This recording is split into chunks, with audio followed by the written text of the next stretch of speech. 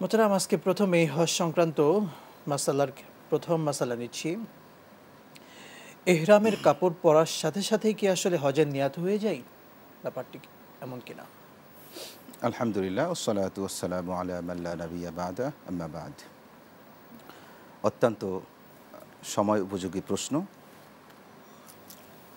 বিশ্বের বিভিন্ন প্রান্ত থেকে এবং বাংলাদেশ থেকেও অসংখ্য আল্লাহ তাআলার মেহমানগণ হজে যাচ্ছেন। এমত অবস্থায় যারা হজে যাচ্ছেন অধিকাংশই নতুন, যারা কখনো হজে যাননি জি। বা হজের মাসাইল সম্পর্কে তাদের অনেকটাই ধারণা কম।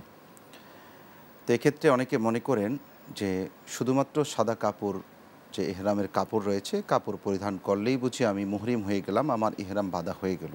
জি। আসলে বিষয়টা এমনটি নয়। শুধুমাত্র ইহরামের কাপড় পরিধানের দ্বারাই একজন ব্যক্তি মুহরিম হন না। ইহরাম কমপ্লিট করার জন্য কাপড় পরিধান করার পরে মাথা থেকে টুপি খুলে নিয়ত করতে হবে। যারা উমরার জন্য যাবেন, সব প্রথমে গিয়ে উমরা করবেন, অর্থাৎ তামাত্তু হজকারী, তারা জি। উমরা নিয়ত করবেন। এরপর তালবিয়া পাঠ করবেন। একজন হাজি যখন তালবিয়া পাঠ সম্পন্ন করে তখনই তিনি মুহরিম হন, এর আগে তিনি কখনোই মোহতারাম, মুহরিম হন একটু না। অ্যাড করতে চাই। আমরা হজ কিংবা ওমরা, এটার যে নিয়াতটা, এটা কি আরবিতে করা জরুরি নাকি বাংলাতে করলে হবে? বা হজ নাকি এবং এটা মনের সাথে সম্পর্ক? হ্যাঁ, হজ এবং উমরার জন্য আপনাকে মুখে নিয়ত করতে হবে, বিষয়টা এমনটি নয়। যদি কেউ মনে মনে ইচ্ছা করে এটাই যথেষ্ট, কিন্তু তাকে তালবিয়া পাঠ অবশ্যই মুখে উচ্চারণ করতে হবে। এবং সেটা আপনি যদি নিয়তটা মুখে উচ্চারণ করেন সবচেয়ে ভালো হয় আপনার জন্য। এবং এটা অনেক সহজ।